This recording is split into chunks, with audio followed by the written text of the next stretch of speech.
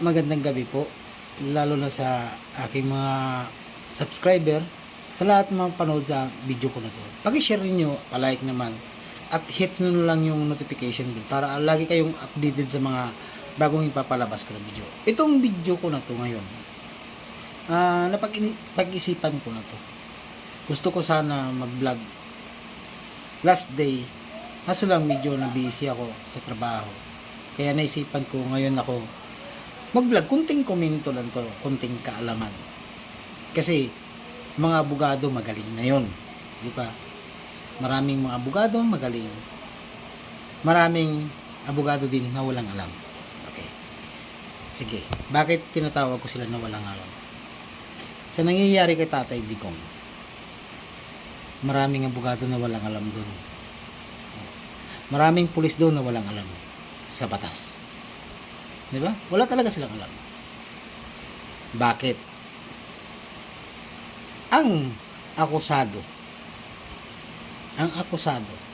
bago yan arestuhin, kailangan basahan isang warrant of arrest. Then, basahin ang memoranda rights ng isang akusado. Tapos,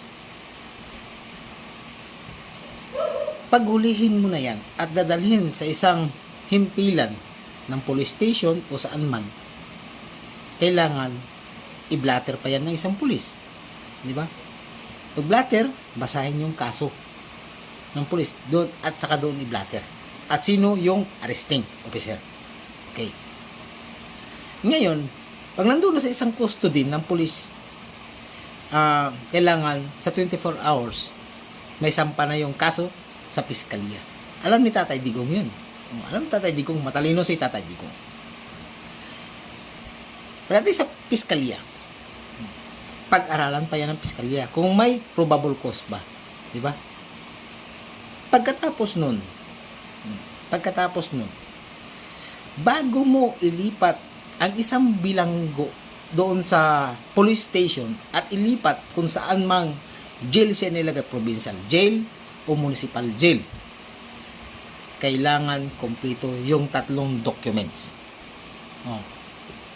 Kaso, medical certificate, di ba? Kailangan yung medical certificate at saka yung commitment order. Kasi bilang isang matagal na experience sa jail at saka sa bilibid, lahat ng pinasukan ko puro opisina. Then, ako doon nasa opisina, ako tatanggap ng bilanggo. Kapwa bilanggo ko. Di ba? Ang instruction sa akin, kailangan yan titingnan. Bakit? Kung kulang yan, kahit isa dyan, kulang dyan, hindi namin tatanggapin yun. Kasi, pag walang commitment order at tatanggapin mo yung isang bilanggo, guys, ang mangyayari doon, may violation ka na. Bakit mo tatanggapin na walang commitment order? Bawal yun. Kailangan may commitment order muna at saka medical certificate. Bakit kailangan ng medical certificate?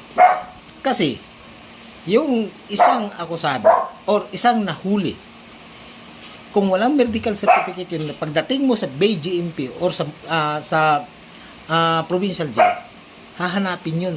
Bakit? Kasi di natin alam binugbog yan. Di ba?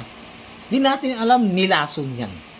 Pagdating sa provincial jail o sa BGMP, namatay. Sino nananagot? Di ba? Kasi tinanggap nyo. Di ba? Tinanggap nyo yung isang bilang akusado doon sa istasyon na yan or sa BGMP or sa provincial jail. Kailangan muna may medical certificate. Sa nangyari kay Tatay Digong, wala yung dalawa. Kaso lang, hindi dumaan sa Supreme Court or RTC kung saan nabilong yung kaso niya. Di ba? Tapos, dinala siya sa ICC at doon ikinulong. Bubong ICC, bakit nyo tinanggap yun? Bakit tinanggap nyo yun? Unang-una, walang commitment order. Pangalawa, walang medical certificate.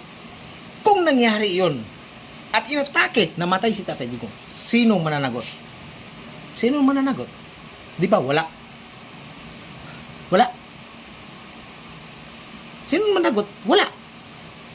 Bakit wala? Kasi, lahat yan maghuhugas ng kamay. Ang hindi nila ngayon, ang Pilipinas. Kasi, dinala sa kanila. Bakit nila tinanggap? Di bobo sila. Tinawag pa naman sila mga mataas daw ang kasi mga abogado. Kaya yun ang pinaglaban ngayon ni Harry Roque. At saka ni Salvador, ni Del Dia. Yan ang pinaglaban nila ngayon. Lalaya si Tatay Digong. Tandaan nyo yan, lalaya si Tatay Digong. At ito rin ang masasabi ko. Na alam nyo ba, nung panahon sa Chong case, alam nyo ba yung Chong case? Nangyari yun, basahin natin dito sa Chong case. Sa Chong case, ang nangyari doon sa Cebu yun. Sa Cebu yun. Ito yung nangyari dati. Si Jacqueline at saka si Mary Joy Chong case. Yung kidnap, girip, gipatay. Naalala niyo yun sa Cebu. Di ba?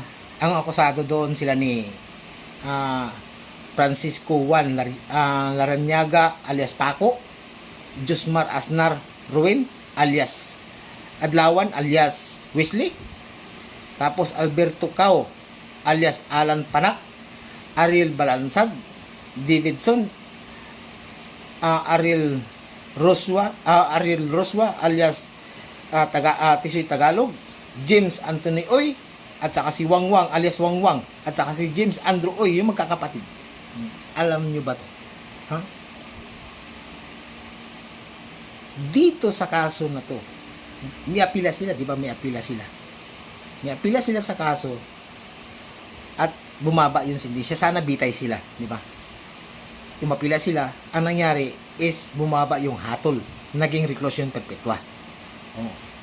Tapos ito si Francisco Juan Larrañaga alias Paco, alam niyo ba ito ang nangyari sa kanya? Ito lang ang pinakamatindi. Bakit? Kinuha to ng ibang bansa sa lugar ng pamilya niya at dinala sa kanila. Bakit?